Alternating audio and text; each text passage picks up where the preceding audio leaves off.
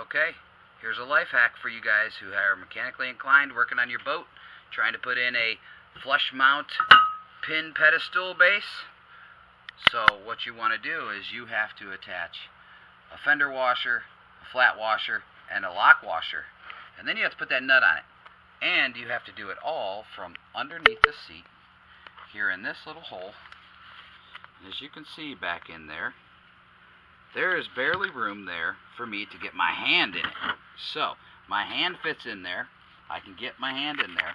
But to try to hold 3 different washers and that nut and thread it onto that bolt that sticks down through there, all you have to do, go ahead, go to Dollar Tree, get yourself one of these single-use super glue. Super glue your 3 washers on there, make sure the holes line up.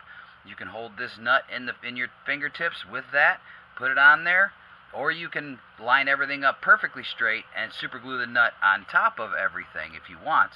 But it's much easier to leave that off, because if you cross thread that, now you're in another pickle.